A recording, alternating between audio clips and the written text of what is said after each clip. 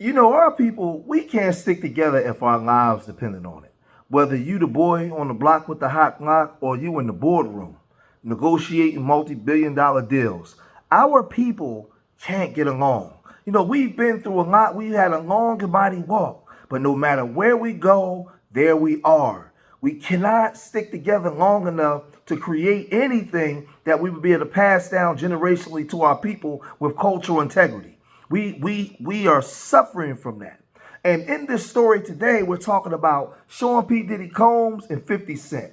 You know, 50 Cent often told stories about P. Diddy when he said that P. Diddy wanted to take him shopping, and you know, he was looking at P. Diddy side eye, and they were, you know, he would talk about Sean P. Diddy Combs booty clapping, you know, parties and things like that, and was calling him out. You know, so there was a lot of things, and Puffy would fire back at him and say that his breath stunk, and you know the guy wasn't who he said he was, and you know these were just things that was going back and forth. And those of us that was in the hip hop thing, we would see it. You know, these guys just didn't get along. 50 would go at Jay, he would go at Nas, he would go at different people, and Puffy just had a name for, you know, taking from his artists, right? And these are the things that on that large scale of people with money we went through. But let's listen to some of the things that Sean Puffy Combs, 50 Cent would say about Sean Puffy Combs. Check this out. No, the fuck, like he called, we should kick it on telephone after the Mace. Right. And then be like, matter of fact, they sent me the girl pictures, like pictures of this girl, like not the y'all saw. Worse, way worse. Wow. Oh, you kidding me, yo? Like penetration pictures and Nah, come on, man. Come on, Phil. all that. And I didn't even, I called him and said, yo, you this girl, like you really, like you like her like that? And he was like, yeah, that's my girl. I'm like, all right, I'm gonna send you something. You look at it, you call me back. I sent him the photos, the pictures and everything. Called back and was like, yo, thanks, man. Yo, I really appreciate that. Yo, where you get these shits from? And I said, you know, like, because they know, like, if something crazy is going on. You know, but that's not all. You know, P. Diddy made a lot of money in the music industry. He made hundreds of millions of dollars, you know, working with Clive Davis through Arista Records. You know, Bad Boy was a subsidiary of it.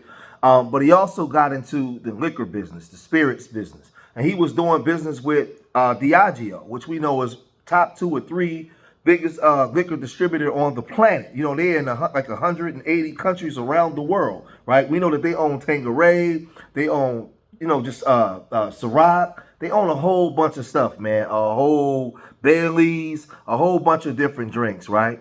And we also know that Diddy had problems with these people, and they ended up going to court. But there's a brother named Conrad that's on TikTok, and he was breaking this stuff down, and he was explaining the situation with Diddy, his indictments, his RICO indictment, and his problems with Diageo, and how things are connected. Check this out. He has garnered a lot of enemies over the past few months, the biggest being the United States government and its new criminal investigation against him. But his biggest enemy came in May of 2023 when he filed a multi-billion-dollar lawsuit against the alcoholic beverage company Diageo. Why would Puff file a multi-billion-dollar lawsuit against them? He claimed that they were engaging in racist practices. Before we get into the weeds of this lawsuit, let's talk about the company first. Diageo is the world's largest premium alcoholic beverage company with a net worth of $74 billion, making it the 254th most valuable company on the planet. Some of the key shareholders, Vanguard and BlackRock. And in 2023, Warren Buffett, the snowball, opened his wallet and spent $42 million on Diageo stock, which is currently selling for $136 a share on the NYSE stock index. Beyond Ciroc, which connects it to Puff, what other liquor brands do they own? Johnny Walker, Smirnoff, Bailey's, Captain Morgan, to name a few. And in 2017, they purchased Don Julio and gave George Clooney $1 billion to purchase Casamigos. Those last 2 is where Puff has an issue. In 2007, Diageo was losing $40 million a year on a brand they had called Ciroc. So they contact Puff because they seen that he had a major influence in the lifestyle world.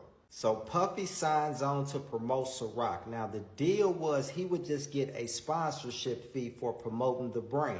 He didn't have any ownership in it. Sort of like the influencer deals that you would see here, where a company will contact the influencer and pay them a flat fee to promote a product. Same thing, way more money.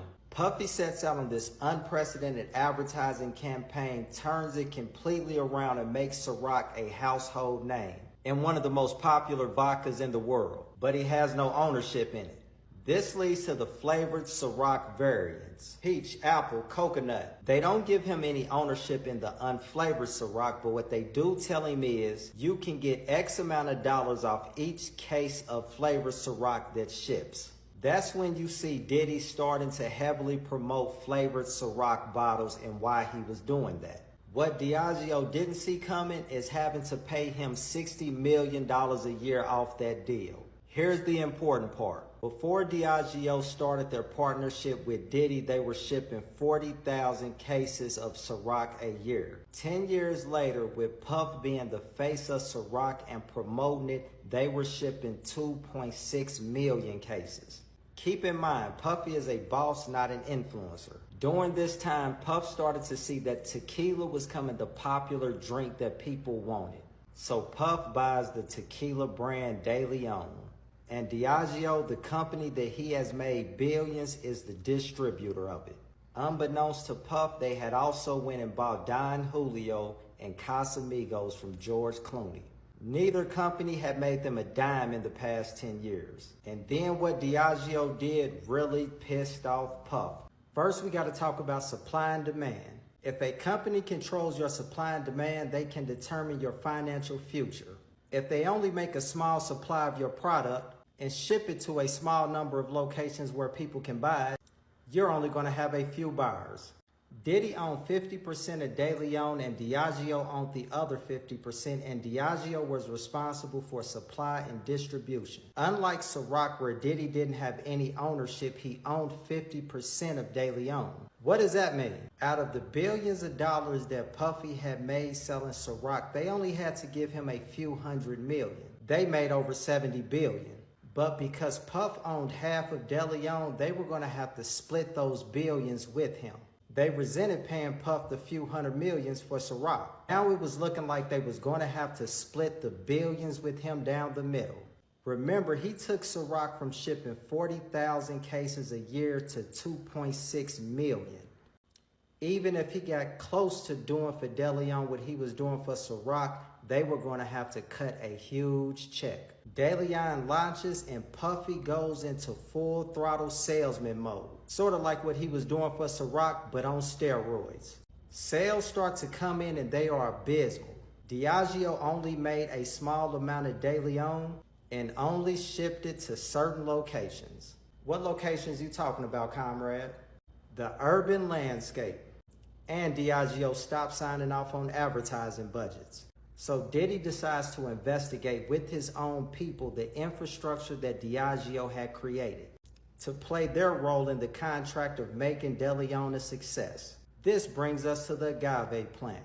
Agave plants are the primary ingredients in making tequila, and they are grown in Mexico. So Diddy decides to send his people to Mexico to see how many agave plants Diageo had planted for DeLeon. I had to send my people down to Mexico, and this is just to tell you what the fight is about. They went down to Mexico, and when they got down there, they found out that there was 0 agave planted for DeLeon. So there was no plan for us to be successful. It was no equal treatment. The other brands, they had agave planted. And most of the agave that was planted for Casamigos, whom Diageo had just gave George Clooney $1 billion. Puff is pissed, and he files his lawsuit citing discrimination and breach of contract. This is where it gets really interesting, but I want to recap the company that Diddy is going up against. Diageo is the 254th most valuable company on the planet, worth $74 billion. Its two main investors are BlackRock and Vanguard, two of the most powerful, richest companies on the planet. BlackRock and Vanguard together basically own the planet Earth. Pay close attention to this timeline. May of 2023, Puffy files his lawsuit. In June of 2003, Diageo gives a public response. They say that Diddy is trying to extract billions of dollars from the company, and his inflammatory rhetoric about racism is going to cast a bad shadow on the company. Then they file a motion citing a part of Puff contract that said that this issue should be handled in private arbitration. Basically, they were saying if it wasn't for the claims of racism, this was just a standard business disagreement. In September, the judge presiding over that case denied that motion and set it for trial and made the trial open to the public. Remember, this is September. 1 month later, Cassie files her lawsuit. And the snowball that is currently the trials of Diddy started. Cassie files her lawsuit November 2003. January 2004, Puffy's lawsuit with Diageo gets resolved and they release a joint statement. Sean Combs and Diageo no longer have any business dealings. And guess what Diageo also got in this settlement? Full ownership of DeLeon. And all y'all seem to care about is freak-offs and baby oil. So this situation gets real goofy because now we're hearing that Diageo originally wanted to make the deal with 50 Cent. They wanted to have 50 Cent be the brand ambassador for their drinks or Ciroc and all these different things. And we're allegedly hearing that Cent P Diddy Combs weaseled his way in and pushed 50 to the side and got 50 out the way. So their beef that they've had since coming in, because we know that 50 Cent came into the industry, you know, going at all the big wigs, and there's always been little underlying beefs, but they had a beef going on because of that. Also, one of 50 Cent's son's mother was also messing around with Cent P Diddy Combs, so he was very bitter behind that. And we know that for a fact because they've talked about that. I think she was friends with Young Miami, and when she broke up with 50 Cent, she was over there with P. Diddy, and, you know, he was feeling some type of way. And, you know, he was putting tweets out there. And this is why he's been coming after Diddy for a while. And again, like I said, black folks, our people, we can't get along at all. It don't matter if we got money or we don't got money. Like, whether we in the boardrooms, man, like you see us on so many different levels. Just look on social media. Look outside. Like, we can't maintain relationships in order to actually have something that our people can benefit from coming behind us. We don't get along at all. At all. We sell each other out at the drop of a hat. Now we're hearing that 50 Cent is going to make a Netflix special about P. Diddy's exploits. This is going to come from 50 Cent. So again, these are the things that we do to each other. Right now, I believe that Cent P. Diddy Combs is guilty of a lot of things in the black community. But I don't believe the machine, the media machine that they use, because I understand their tactics and tricks and what they do, historically what they do. So I like to see, you know, what is he, you know, what are you actually being charged with? Some of these people that you're saying, it's the same playbook that they run over and over again. Now, there's things that he's guilty of, but I know how the machine works when you get in bed with powerful people and you go against what they want you to do. And they use their machine to totally destroy all your credibility.